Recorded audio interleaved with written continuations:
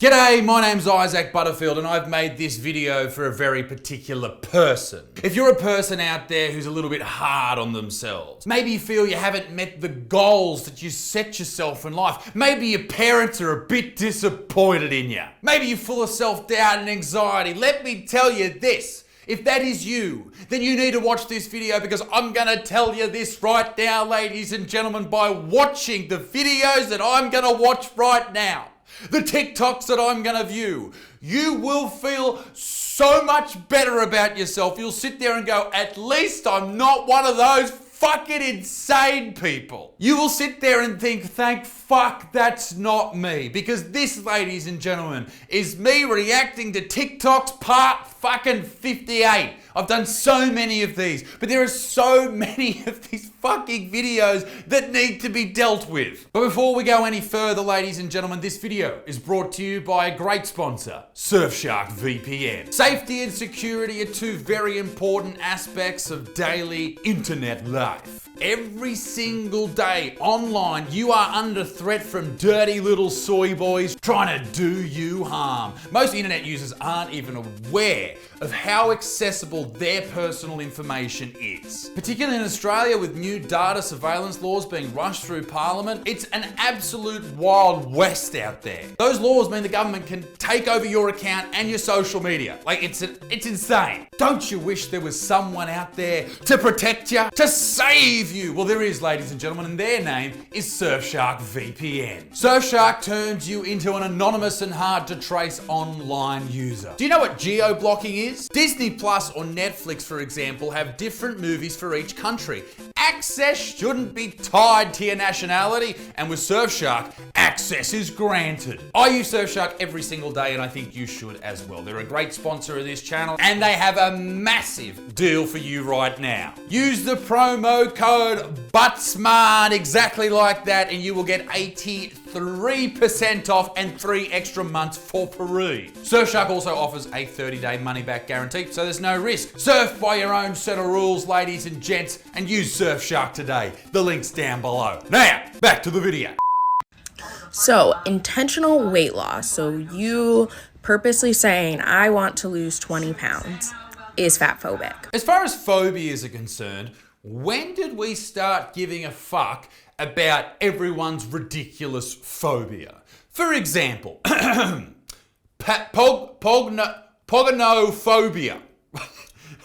No one's making TikToks about pogonophobia. Do you know what pogonophobia is? It's a fear of beards. A severe fear of beards. So where's the fucking TikTok movement about that? That's racist. Bigotry. Fuck! My point is, why do we then care about someone talking about fat phobia, okay? It's not a thing. No one is terrified of fat people. Sure, maybe Ethiopian children are a little bit scared of fat people because it means food is scarce, but that's about it. Why would you listen to this person? You'd never listen to this person in a million years in the real world, and yet they get followers, they get likes, they get all that shit, they get shares from people on TikTok. It's mad. They're telling us that if you're a fat person and you want to lose weight, then you're a bad person. Let's treat them how we should treat everybody else who we think is a fucking idiot, and call them a fucking idiot. Just because they use buzzwords doesn't mean we have to listen to them. Why do you want to lose 20 pounds?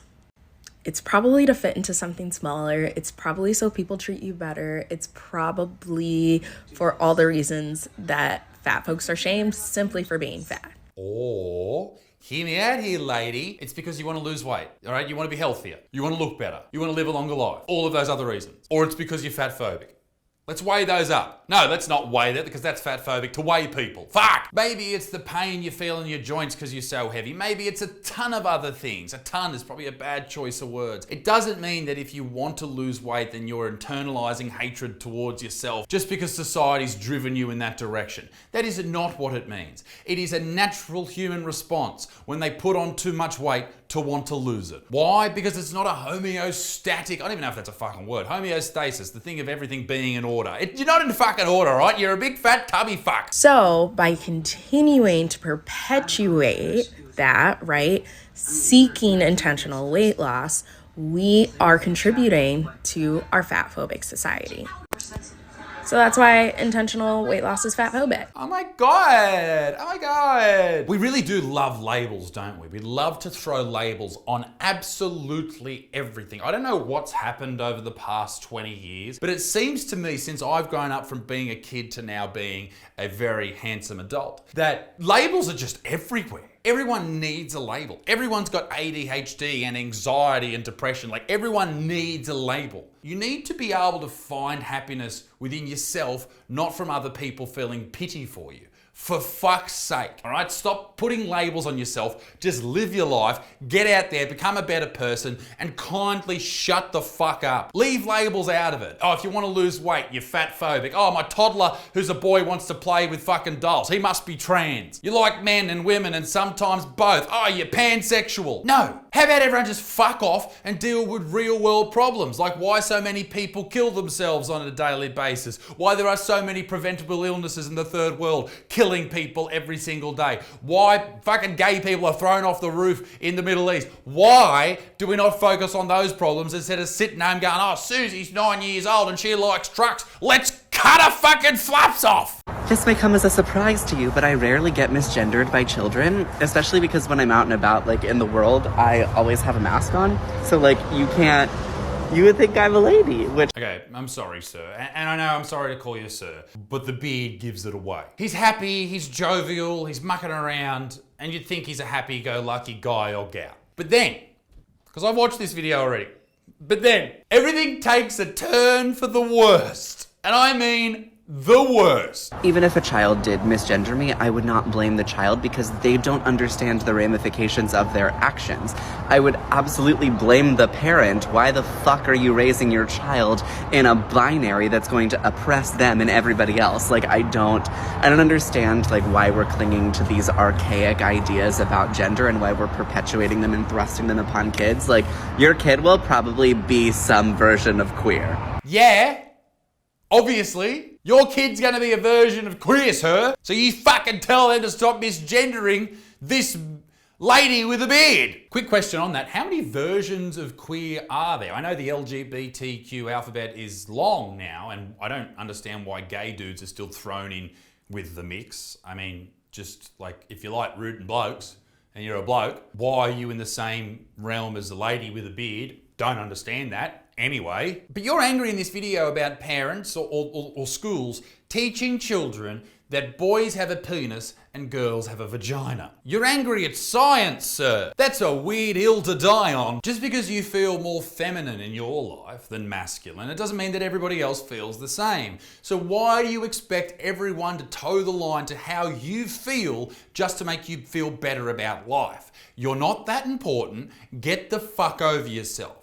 That's like me being upset because I got a bit of psoriasis on my face here and there, and then being angry because not everyone I meet in the street has steroid cream for me to put on it. It's not up to everybody else to make you feel happy and lovely and all this type of shit, all right? Shut up. And it's certainly not up to TikTok. Fucking keep your stupid videos to yourself. We are a wonderfully progressive society, and I genuinely think that's great, but for the love of God, please don't have a hissy fit about a child calling you a sir when you have a beard. Get a hobby and shut up. I have never and I will never use the word transspecies because transspecies people don't exist. That's a fucking bit rude. That ain't a fucking thing. Therians are not transspecies. We are not transitioning to another species. It is a spiritual identity where we believe that at heart or in a past life, we were an animal. Okay, cool. Why don't we just fucking... Don't worry about it. What a fucking world we live in. I don't give a fuck what you think you were in a past life. I don't care. Isaac, no care. Actually, I'm sorry. Let's hear they, them out. We do not transition. We don't believe that we're actually that animal. We believe that spiritually we are, and we do experience dysphoria and euphoria. That's why it's comparable. As a trans-therian, it is to an extent comparable. And people like this young human are lumped into the same category as dudes who like rooting each other in the arse. Gay men in the comments, is that outrageous or what? Also, a fuck ton of people, myself included, have genders that align with animals because we're non-binary. Like, I'm catix, for an example. I have a gender that strongly relates to cats. We exist. Animals because we're non-binary. Like, I'm catix, for an example. You're catix. You're catix. You're not a cat. You spend too much time on TikTok and Tumblr. For the love of all that is holy, shave your head, lube it up and shove it up your ass. I shouldn't say that. This person could be fucking 13 years old. Shave your mother's head, shove it up your father's ass, and tell them all to pull your head in. I could have killed you, but I chose to let you live. I chose to let her live. Motherhood is a choice. Listen, I am pro-abortion. Like, I'm really pro-abortion. Like, I'm into it. If you got a zygote growing in you, pull it out now! No, but I genuinely think people should have that choice. But please, and I'm not a parent yet, we're working on it, I don't think talking to your baby as you breastfeed them, telling them that you could have killed them if you wanted to, is the best method of parenting ever. I bet this lady is anti-smacking, but she's pro saying, hello little darling, I could have fucking killed ya! Do you realize what you just said? Killed. I cannot wrap my brain around this no matter how I look at it. If you don't want to use the word kill, that's fine. If you want to use the word kill, that's fine. When you use hand sanitizer, you kill germs. I could have simply chosen to let you not exist. But I let you exist. I let you form past the zygote phase. I'm pretty sure this is home footage of Ted Bundy's mother talking to little Ted. This is so fucked up. That baby's probably gonna grow up thinking it's something fucking weird like a cat or something. This is your friendly reminder that thin privilege is real, and I know because I have it. Let's break it down. I've never been marginalized because of my size. Never been told that my BMI is too high for a procedure. I've never had anybody look at me funny when I sit next to them on an airplane or any other public transportation. Okay. This is Alex, who is a certified intuitive eating coach, meaning she teaches people that they can eat whatever they want, and if they become overweight, it's not their fault, it's society's. It's a tough job she's got, a tough job. She's breaking down what thin privilege means, and thank God for her. She's never been told her BMI is too high. She's never had someone look at her funny on public transport when she goes to sit next to them. Okay, Alex, you're amazing. You're so fucking good, mate. You're so progressive and woke. Congratulations. Let me break this down. The reason that people look funny at really overweight people when they come to sit down next to them on a bus or a train or whatever you poor people catch is because they take up more room. Is that not fucking obvious? Like, you don't need a fucking degree to work that out. That's not thin privilege. That's the fat person's fault for being too fat. As for the BMI, fair point, doesn't take into account a lot of things like muscle mass, but I assume the people you're talking about don't have a lot of muscle mass, all right? So if they have a really high BMI or a really low BMI, they might be at risk of dying in the procedure, okay? Isn't that a good enough reason to not do the procedure? They might die. And intersectionality here is key. The roots of fat phobia are inherently racist. So this work isn't just about you or me, it's a movement around dismantling diet culture and racism so we can all experience true freedom. So thank you for being here, and don't just follow people who look like me. Comment with your favorite fat BIPOC creators. Follow fucking who? I can smell the virtue signaling from here. Don't follow me. Follow black, indigenous, people of color, and then other fat activists. Follow them, not I. God, all they do is just try to out-woke each other. It's fucking sad. On the topic of body positivity, here is Khloe Kardashian on the topic. I can't stand people that are like eating a bucket of like Haagen-Dazs ice cream. Like, I'm so fat. And like, they won't work out. They won't change their diet. They won't drink more water. They won't whatever. But they're complaining. I'm like, well, you're always going to be in this victim. There is so much wrong with this. Here are 3 things that come to mind as to why this is absolutely disgusting. First of all, this lady right here is a personal trainer, someone who trains people not to be fat. And she's saying that this Kardashian is a bad person because she's saying that you shouldn't play this victim card, you should accept the fact there's something going on and you should address it. Yeah, that sounds like a real motivational attitude to have. For one, she's spewing this rhetoric that people in larger bodies just sit around eating ice cream all day. Or cheeseburgers. But yeah, I guess it's wrong, okay? Because someone who's very, very overweight doesn't necessarily have to eat shit food all day. They just need to eat more than their maintenance calories to keep putting weight on or maintain their weight. Let's say that you're overweight by 30 or 40 kilos. If you eat 3,000 calories every single day, you're not going to put weight on, but you won't lose any either. You'll maintain that size. Even if you increased it by like a couple of hundred calories, you'd put on 10 kilos maybe over a year and a half or 2 years. You'd just gradually get bigger and bigger and bigger. So in reality, it's not about the fucking ice cream, it's about the amount of calories that you put in over a period of time. 2, she's coming from an incredibly privileged position which she seems to have lost sight of. What the fuck has that got to do with anything? Last but not least, she's spewing this fatphobic hate in 2019, but she launched her Good American brand, which was size inclusive, in 2016. How can you talk about people in larger bodies like this, but have a body positive brand? Maybe, just maybe, these brands actually don't give a flying fuck about fat people or body positive people or any of that shit. They're just trying to make more money. Have you ever thought about that? Now, time for the last video, and this one pissed me off more than any other video that I've covered today. I say, if my wife lets herself go after I have kids with her, if I'm going to tell her once, if you don't get your shit together, I still want to be sexually attracted to my wife, my spouse. But if you even can't girlfriends. do that, girlfriend too, if you can't do that, I'm out. Fuck off, mate. You absolute Sure, it's great for your partner to remain attractive throughout your marriage or your whatever. But it's not the fucking ultimatum, mate. Or you let yourself go after you had a baby, you're fucking done, babe. That's bullshit, mate. Look after your partner, your wife, whatever.